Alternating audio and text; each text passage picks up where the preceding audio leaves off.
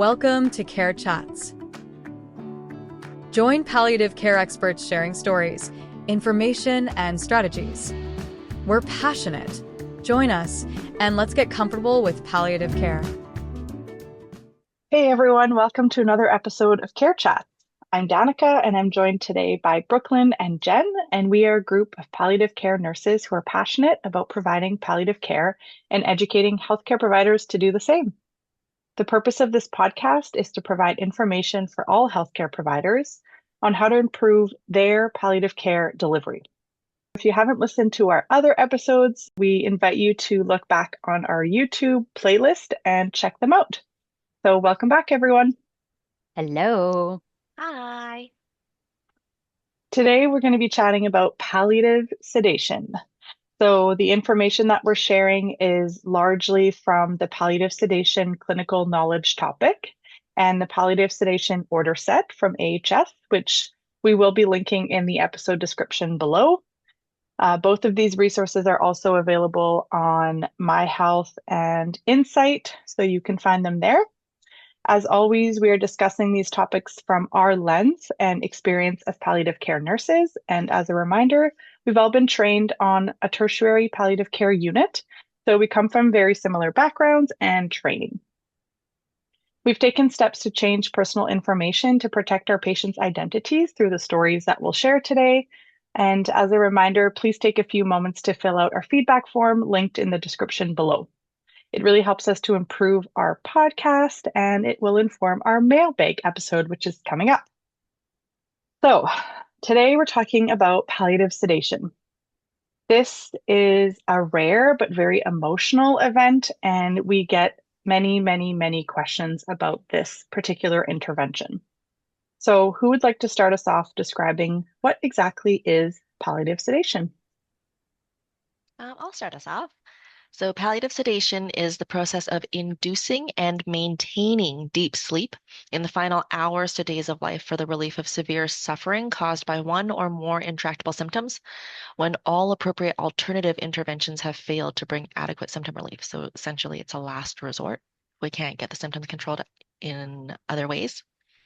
The key aspects are that it's at the end of life, so the patient should have a goals of care of C2, so last 48 hours or so of life, and consider using the care of the imminently dying pathway in order to guide your care. So that includes the C2 pathway on Connect Care, as well as care of the imminently dying flow sheets in Connect Care. The intent is to relieve suffering and not to cause death. Studies show that it does not shorten life if it is used appropriately. The symptom in question should be intractable. So you should have tried everything and all other interventions have failed, leading us to this very last resort of palliative sedation and inducing a deep sleep. So in our teaching, we just want to make sure that we're making the patient and the family aware that, the patient won't be able to communicate and interact. Once they're sleeping deeply, they'll be unaware of their suffering and their symptoms. But I always encourage families and visitors to be talking to the patient as well as staff as if they can hear us, because I'm pretty sure they can. Yeah, and if I could just add, just to kind of highlight or emphasize that really this intervention is something that we use as a last resort. Sometimes if we have practitioners that are unfamiliar with palliative care or palliative sedation, they can often jump to palliative sedation without trying to control symptoms with alternative medications or interventions. And sometimes that can unfortunately lead to people having a misunderstanding of what palliative care is to begin with, too. If they associate palliative care with just sedating a patient, that's not true palliative care. There's a lot more things that we can do to help provide those comfort measures for a patient. So in kind of studies that have been done, it's really only estimated that 3 to 10% of palliative patients would require palliative sedation. There's typically a lower incidence in the community, so they might be more on that 3%, and 10% would be more of those patients that are admitted to a tertiary level palliative care unit where some of the most difficult cases are cared for. Those are great points to emphasize and some really important considerations on what palliative sedation is and sort of what it isn't. So let's just talk a little bit about when it should be used. So we always recommend a consult with a palliative expert. So if you have a palliative consult team in your area, and most areas should, that's highly recommended to manage refractory symptoms. And just knowing that you have the experts involved to explore all interventions available before coming to the conclusion that you need to actually sedate the patient. Most commonly, we see palliative sedation used for an agitated delirium, intractable dyspnea, refractory seizures. And then, of course, we've seen it before taking off high flow O2 or a ventilator, for example. We've already, in your conversation, highlighted the importance of being proactive in consulting palliative care earlier and applying that palliative care approach to help address some of those symptoms before the patient maybe ends up in a lot of distress. Again, emphasizing that it's for refractory symptoms, and if you're kind of maybe are inexperienced, we might deem this situation as refractory and not realizing that there are other treatment options available before we go to palliative sedation. Also, highlighting that pain or uncontrolled pain is an uncommon indication, really essential that the patient has adequate pain control, as this will not actually relieve pain. It only makes them unresponsive, and then they can't really tell you or indicate that they are in pain potentially. Yeah, I think that's something that we really need to take a moment to focus on, that the palliative sedation doesn't take away any of the feelings physically in the body. They're just making the person unaware of them. That was a really big realization for me when I was caring for my patients. I kept thinking like, like hours ago or days ago, they were feeling X feeling, and they're probably that is still going on in their body. And it's just a really good reminder to remind yourself that the sedation isn't actually taking away the symptom or curing the symptom or treating the symptom like another treatment or intervention would. It's really just making them fall asleep. Sometimes we also get situations where families may ask for palliative sedation when the patient appears unbothered to the staff, or maybe they even appear comfortable. And this may actually be a reflection of the family's suffering and their own discomfort with the dying process. So it's important for healthcare providers to recognize these kinds of situations and approach them with care and delicacy. Obviously, the family members are suffering and they need support. So I would suggest you refer to our episode 4, so just the last episode of Care Chats, for more information on how to talk to families of people who are dying. It would be inappropriate to sedate someone who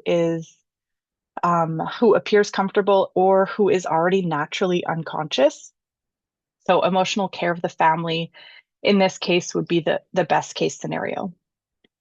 So let's take a few moments to describe how palliative sedation is done, what the most common orders are, medications, loading dose, etc. So there is the provincial palliative sedation order set that is available online, and it also is available within Connect Care for people that use Connect Care. The patient should also ideally be C2 goals of care, and that also comes with its own order set as well. So using those together is really helpful.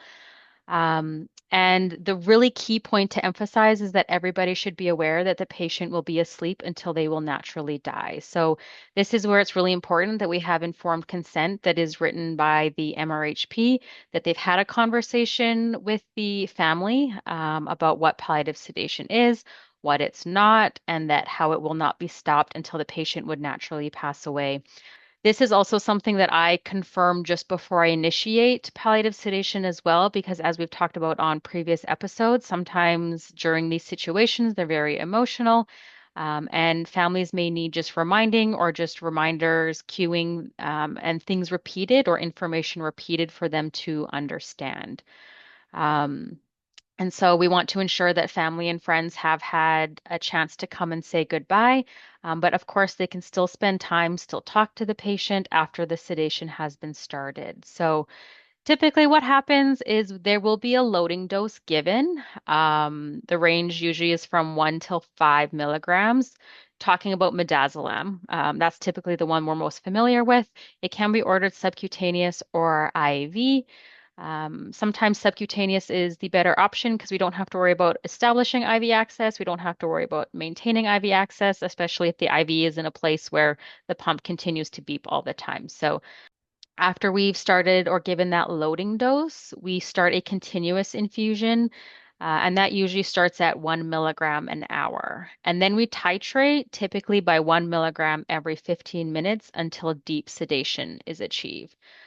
Emphasizing again that the goal isn't a certain rate, but rather we are going to achieve a certain level of sedation. So there is a soft limit when it comes to the infusion. It's set 0 to 10. So if after 10 milligrams an hour, they're still not sleeping, we might have to titrate more. Again, this can largely vary patient to patient. I've had patients who are sedated on 3 milligrams an hour, and I've had patients where I've had to titrate it all the way up to 30 milligrams an hour or even higher. So it can be a range. Again, we're assessing that deep level of sedation. Typically, pharmacy will provide the bags, a standard concentration of 1 milligram per mil. However, some sites you may have to mix your own Medaz bags according to parental monographs. So depending on if it's pre-mixed or mixed by pharmacy, some of them do require refrigeration. So again, just checking your parental monographs and what your standards are for mixed medications. Really important that we are checking the sites regularly and making sure that the sites are absorbing really well, that they're not blanching, they're not swelling up. And the other really key point is that we will always use a pump. It is a high alert medication, so this isn't something we're going to just use by gravity. A pump is really important here. And we usually set it as a primary infusion. I will note there are times where palliative sedation is provided without using midazolam or an infusion, and rather using intermittent administration of sub-Q medications on a scheduled basis. So, for example, at my site, Nursing Comfort for providing a continuous midazolam infusion and titrating it, it does vary just because we don't encounter the situation very often. So sometimes we'll opt for sedation via intermittent sub-Q meds. So an example of that would be a combination of nazenan and lorazepam Q4 hours and Q1HPRN. But keep in mind that a patient could very well be on intermittent meds like nazenan and lorazepam, even on a schedule, and it wouldn't be considered palliative sedation unless the goal is to deeply sedate the patient until the natural end of life. So some people use it for other indications, or they're still wide awake with that, with those medications on board. Like it's not palliative sedation unless we want to deeply sedate until the end of life. Mhm. Really good point that we're in this conversation, lots of times we're talking about the continuous infusion, but you could do palliative sedation intermittently as well. Some other things that we want to consider when we are ordering palliative sedation is discontinuing all other unnecessary medications, orders, diagnostics. But we still want to continue medications that will help with any symptoms. So if they were on something for pain before, we're going to continue that. If they were on something for nausea, we're going to continue that as well. Typically, these patients should be at end of life, so we could be proactive as well and order something for congestion just to have ready and available. Another thing we would potentially consider having ordered is a Foley catheter that we would insert after the patient is sedated. And again, these patients should be imminently dying, so eating and drinking may not be beneficial at this point. And so artificial hydration and nutrition would have limited benefits. So we would consider stopping these or not initiating any artificial hydration either, unless it was warranted for a specific situation. Um, the other thing that we will point out that is if we are initiating palliative sedation in removing airvo or high flow oxygen, always initiate that infusion. Ensure the patient is deeply sedated and comfortable before we actually remove that oxygen, right? We don't want them to remove the airvo and then they end up being in distress because they're anxious, they're air hungry. If we initiate that infusion first, it will make them very comfortable once we remove it after the fact. Some of the other things to assess and things to consider when we're caring for patients who are sedated is that, first of all, the nurse should expect to be in the room a lot when the infusion is started or when you're starting your doses of medication and you're figuring out what doses they will need. If it is a continuous infusion, generally it can be titrated up every 15 minutes. You're going to be in there quite a bit for the first few hours until the patient is deeply sedated. And how do you know if a patient is deeply sedated? At the beginning, it might be obvious. Whatever symptom you're sedating them for, you're just looking for that. So if they're still complaining of shortness of breath, or if they're clearly agitated from their delirium, then that's your assessment. But as a person becomes sleepier, it might be a little bit harder to tell. So you can always ask them, of course. So if they're awake enough to be able to tell you, that's a good indication. And then eventually you'll move to an assessment tool. And the one recommended in the clinical knowledge topic is the RAS tool. And it's recommended to use the tool every 2 to 8 hours once the patient is sedated and PRN, but at a minimum once per shift. Can I interrupt there and just clarify for people who aren't aware, the RASS scale, RASS, stands for Richmond Agitation Sedation Scale. So that's probably what you'll look it up as in Connect Care. And to add on to that, typically when we are initiating palliative sedation, our goal is that deep sedation level, so a -4 or even potentially a -5 on that agitation scale is what our goal is. That's actually a really good point, Brooklyn. So the order set will include instructions for what RAS to aim for, as Brooklyn said, but things to consider when you're doing the titration. When it says aim for -4 or -5, it's giving you a little bit of leeway, but please do not reduce the infusion rate to meet a less sedating RAS score. So for example, if the patient is at a -5 and it's at 20 milligrams an hour, do not reduce the infusion rate to make them a -4 because we do risk the patient waking up and becoming more distressed. And then also to note that there may be some tachyphylaxis. Smart people word. I Fancy had to learn word. that one. Or tolerance that occurs. So even if you look the drug up in Lexi Drugs, it mentions it where the effect of the drug reduces with repetitive administration. So we might expect to actually up titrate the infusion at some point, even if the patient has been consistently sedated on the same dose for a while, just because that tolerance tends to build up. Really good point. I think this also happens too if patients have been previously on medications that were very sedating and we've maybe just transitioned them to midazolam. As those kind of other drugs leave the system, they might require a little up titrating as well.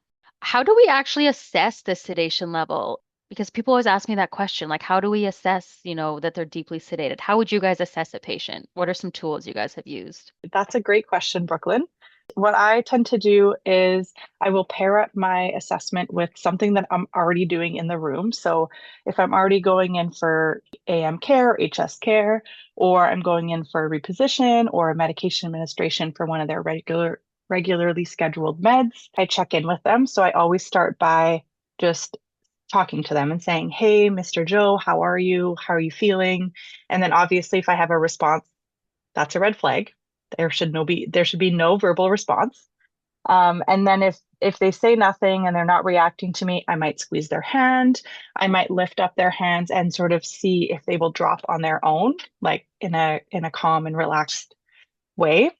I definitely do not want to elicit a pain response. So we're not doing sternum rubs or we're not doing muscle pinches. We're definitely not trying to elicit a pain response. Another way is when you're doing mouth care. So when you're using your swabs or a toothbrush or whatever, and you're doing your mouth care, you can see if they're reacting. And you just have to be aware, is it a reflex reaction or is it a pain or awareness reaction? So you kind of have to look at the whole face and the whole picture. Is their brow furrowed? Are they moaning to go along with the clamping, or is it just sort of a reaction that is a natural reflex? So you have to use also some clinical judgment for sure and decide what their reaction is based on who the person is as well and what they were like before. We're also looking for other nonverbal signs of distress. So I've already mentioned a furrowed brow, but also restlessness or picking at the air. So moaning is another way to decide if someone is sedated or not, but it can be a little controversial. So you have to look at the whole picture. Were they someone who moaned in their sleep? Were they someone who communicated through moaning? Does the moaning come with other signs of distress like really tight fists or really stiff muscles or other kinds of physical signs that you can see in their body? It could also just be an expiratory moan as well, as just air is passing over the vocal cords. So again, if they look really relaxed and there isn't any other sign to indicate they're in distress, the moaning could just be air moving over the vocal cords. So true. So there's a lot of different ways to check if someone's in distress, and you really have to look at the whole picture and the whole person. And then other things you want to consider when you're caring for a sedated patient, we've already mentioned it, but it is very key to continue with scheduled medications for symptom management. As we've already said, they are asleep, but their bodies are still functioning like they would, and so they may still have symptoms. And you can assume that whatever they felt when they were awake still exists in their body when they're asleep. So we don't want to take any of those comfort measures away. When you're deciding if you should titrate the medication up, other things you can also look at is, are they due for a scheduled pain medication? So that could be something that's contributing to their state. Think of what they were like when they were awake. For example, did you position them on the left side and you remember that they've always had pain on their left side? Maybe they just shouldn't be on their left side, even when they're sedated. Is the room too loud or too bright? Is the sedated person maybe reacting to someone or something that's happening in the room?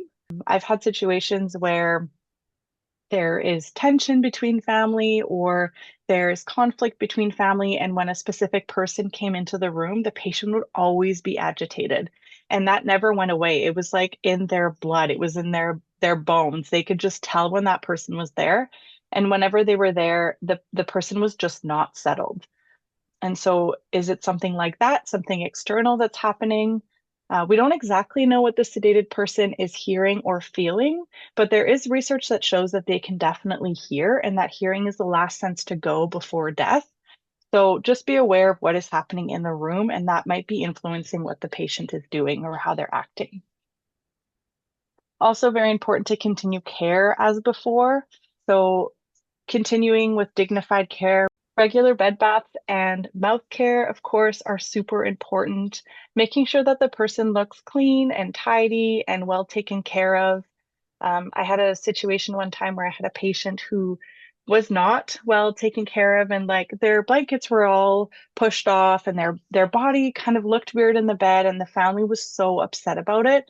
And it only took me 5 minutes to like tuck them in nicely, put the blanket over their arms, take their arms out so the family can hold their hands, and it just made such a big difference, that like few minutes of repositioning that person.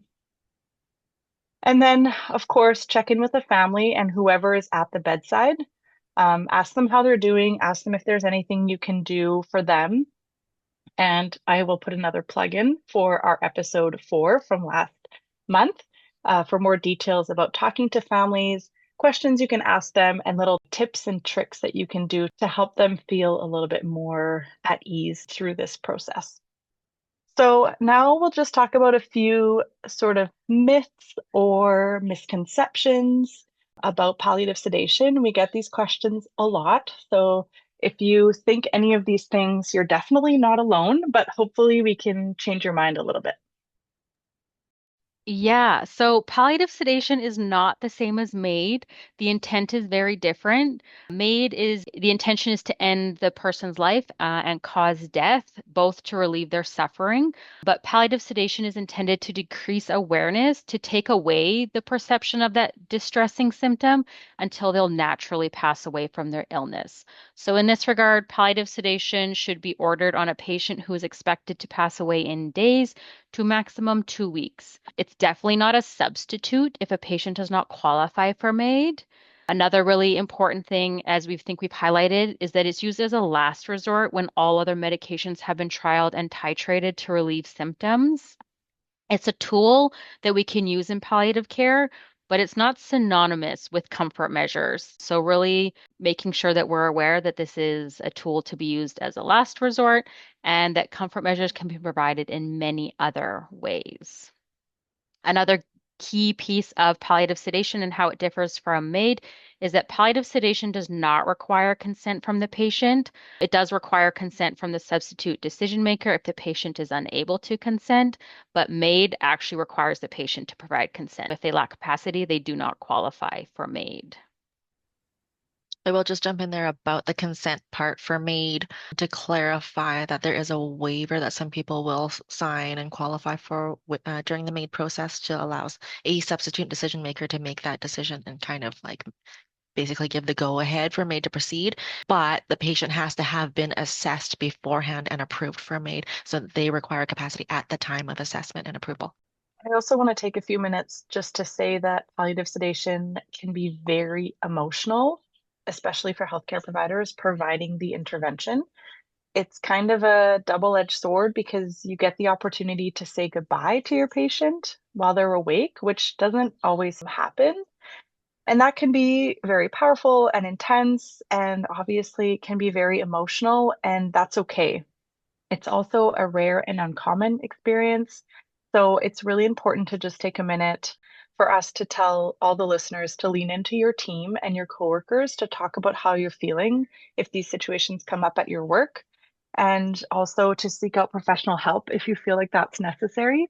I will never forget my first palliative sedation and the experience I had with the patient who we had been caring for weeks. And it was her and her sister, and it was just the three of us in the room for so many hours. And like I can still picture her face, and I can picture her sister's face.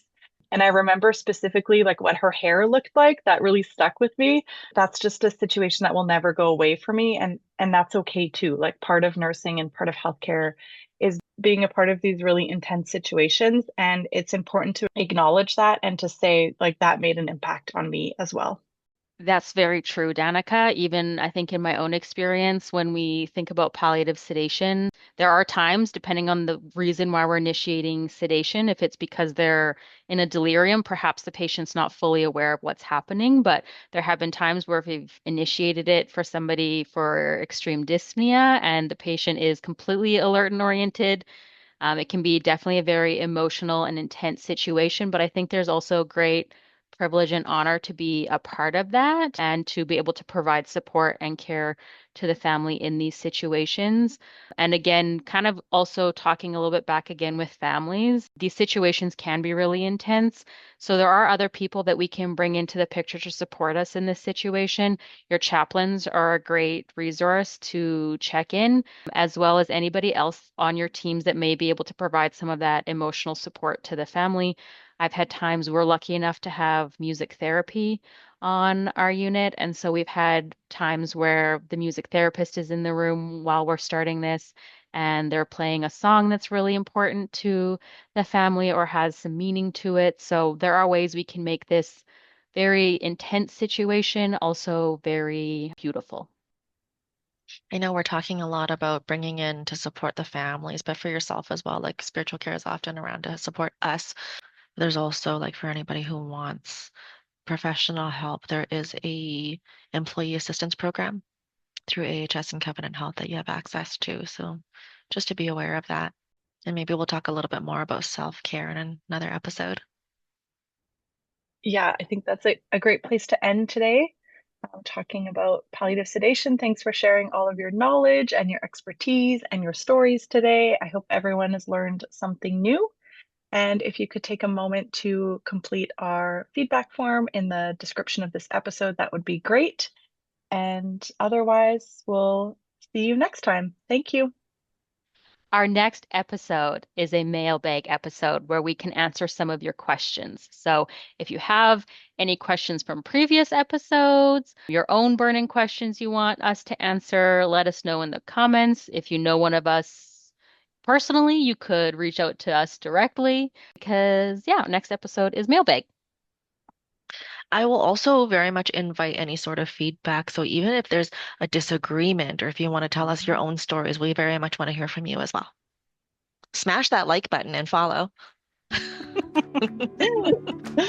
Thanks, everyone. Bye. Bye.